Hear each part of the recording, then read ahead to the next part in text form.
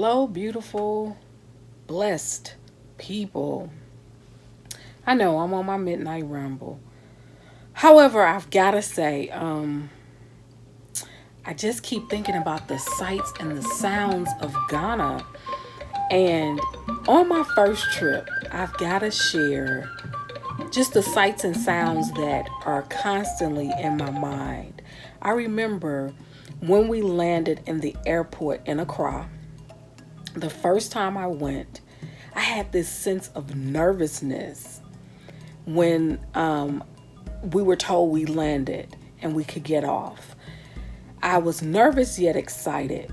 I remember stepping off the plane, and it was like I was hit by a sweltering heat and the smell of an overpopulated city with large open containers of tuna fish and pollution in the air.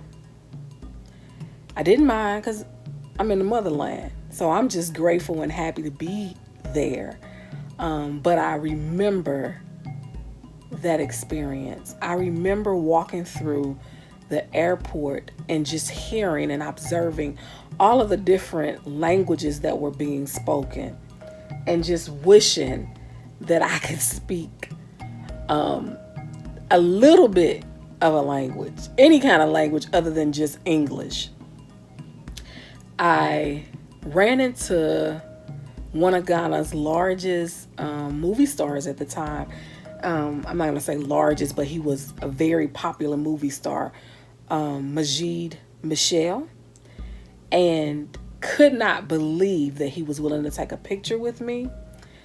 So I'm leaving the airport. I've just taken a picture with someone that I look at all the time, someone's movies that I really, really enjoy, and I've got an opportunity to take a picture with them. The first thing we did was we went to Osu. And this area is not far from the airport, but what it reminds you of is I kept thinking a small Vegas strip, a small area in Manhattan, close to Times Square, just populated with people.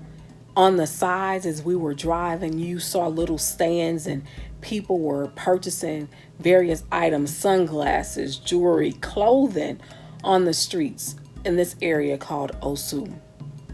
And just looking, I wanted some of whatever they were selling. I couldn't wait till we had an opportunity to get out the van and actually shop. But we drove through Osu, and I think we stopped to get money or something the first time I was there. So all of the stuff that is there now, if you've had an opportunity to go recently, a lot of it wasn't there then. The development is on steroids in Ghana. Just me from my first time to every time I go, it's something new. It's better. It gets better and better and better. More things to do, more opportunities. So we left Accra. We drove this 4.5 hours to Cape Coast. Cape Coast, we went to this little quaint resort. I think it was Omina Bay Resort. It was on the beach. So I'm waking up every single morning on the beach is what all I could think of was, oh my goodness, I'm going to wake up while we're here on the beach. So we ended up only staying one day there. But what I remember is the food was so tasty. I had a fish, I think fried fish and jollof rice, and I think it was cabbage with the rice, some kind of green. And it wasn't spinach, but I want to say it was cabbage. It was really good at this Mina Bay Resort. And on the resort, we ate. The restaurant was outside, so we ate outside the beach. And so while we're eating, you're hearing the waves, and you're feeling the breeze. I just kept thinking, I thought it couldn't get better than the Black Islands that I've had an opportunity to visit. But no, this experience, and this is only day one, and I have 14 more days to go, because I was there my first time for 15 days. So the next morning, I woke up And I remember waking up to the sounds of the waves. I remember waking up and going to breakfast outside on the beach, having fresh fruit and a simple breakfast. I think it was eggs, toast, fresh fruit. It was very simple. Fresh orange juice and pineapple juice with an assortment of tea flavors, and just simple, yet enough, yet good. After that, we went to the Cape Coast dungeons. They call them castles. I think they're dungeons. And we also visited Elmina dungeon. An experience that's forever imprinted in my mind. I remember the first time I went to Ghana, I had a cane because I tore my quadricep muscle. So I'm on a cane. It's hot. I'm trying to maneuver and enjoy everything. One of the things I remember is, I think it was the Cape Coast dungeons. It's like cobblestone on the ground when you go under the dungeon. I remember sliding down with my cane and into darkness because we had a tour guide who tried to give us and help us to imagine what it was like for our ancestors who were stolen. So we were in the dark. He's telling this story. I'm visualizing every piece of the story he's telling. I don't know what it was. I felt like God and my ancestors were saying, you're back. I just felt they were welcoming me, as well as telling me I had a duty, a responsibility, and an obligation. So what was I going to do once I've learned about and had an opportunity to actually see what happened and where they were housed before they were stolen from the continent? That experience was undescribable. We left out. The tour guide tried to literally walk us through how it was for our ancestors. So we left out of the door of no return. The other side of that door says the door of return. And it felt like a jubilant moment for me. I think many of us we were crying because you think about and you desiring to go for so many years and for so long, and to actually get there and to experience it. All I can say is, if you have not been to Ghana or to any African country, especially ones where they still have like the slave dungeons or the various what they call castles. They weren't castles. Another interesting thing that I remember, a sight that will forever be in my memory, is that churches were on top of the dungeons. And so to hear them tell the story of how they would pray on Sundays or pray and then go and handle the Africans, because at this point we are not considered slaves. We were enslaved. These were Africans, our ancestors. So you pray and then you go and misuse and abuse people. Never will forget that the churches were sitting on top of the dungeons. After we left Cape Coast area, and the thing about Cape Coast is there's beautiful beach and waterfront everywhere. So when you wake up every morning to the sounds of the ocean, and in a place that you wouldn't think this is how, so you come with these preconceived notions that were taught to you, and then you experience something so different, you want more. You can't get enough of it. And that's how I felt. I couldn't get enough of it. So we left Cape Coast and we went to Kumasi. And Kumasi is landlocked. So in Cape Coast and in Accra and some of the other areas, you have the beach area and you have the the waterfront. I call them waterfront properties or beachfront property, homes that are on the beach.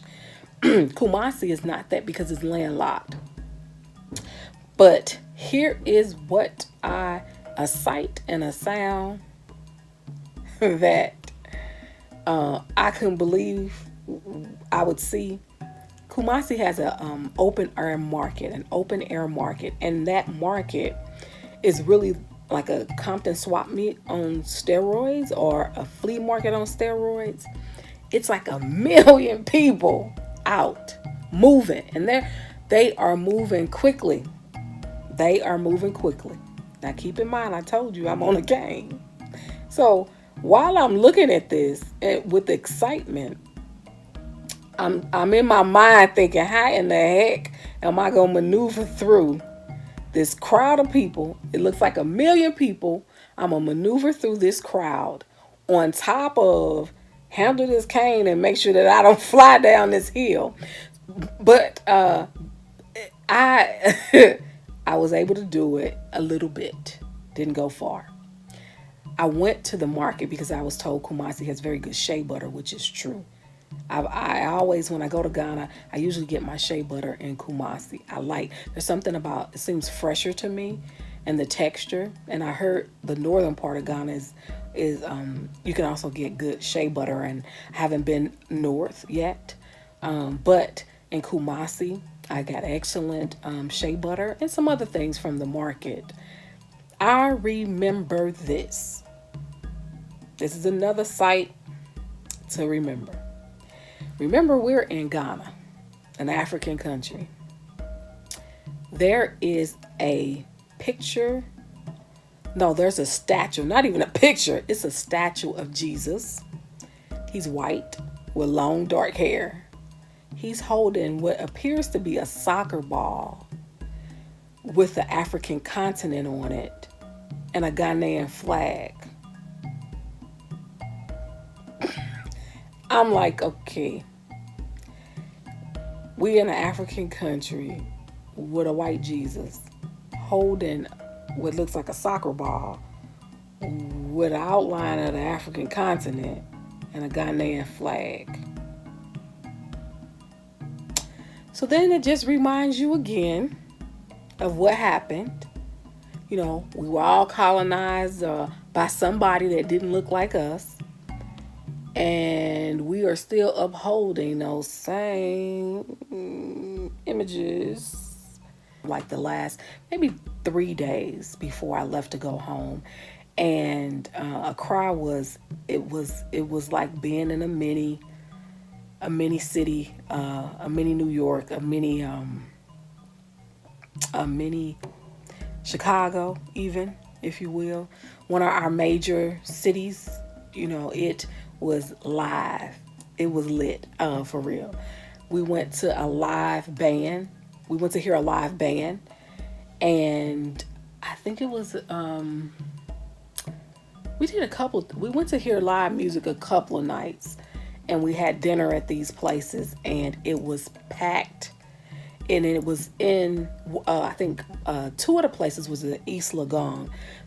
So you got an opportunity to see the wealthier Ghanaians and those that had their driving in their Mercedes, and you know, you saw a lot of their Land Cruisers here, but their Prada trucks there. So it's the same truck, different name. I saw a lot of that, a lot of those. And I just was feeling the vibe, feeling it, loving it. People, men especially, you know, even the women, but men especially, they greeted, they smiled. It felt inviting. It felt very inviting. And the music was everything. It was just everything. And spending so we did some of the touristy things, and I'm not going to ramble on too long and to tell you everything, but we did like the W.E.B. Du Bois Center, Independence Square, of course. We did the museum, the first president, Dr. Kwame Nkrumah's museum. So we did a lot in Accra as well. But Accra is where I was able to meet some of the people that I have connections with and that I can call a brother and a sister in Accra. And so it was a great place for me. I love Accra, but I also like Cape Coast, and I can't wait to get to the northern part of Ghana. But the sights and the sounds of Accra is what I need right about now. And I'm just reminiscing, just thinking about it, and wanted to share it with you this late early morning night. Wanted to share those sights with you. And all I can say, good people, is thank you for listening to me. Let's grow and glow together. I hope that I can learn from you and you can learn from me. And we can do this thing called life together. Be better. Be blessed.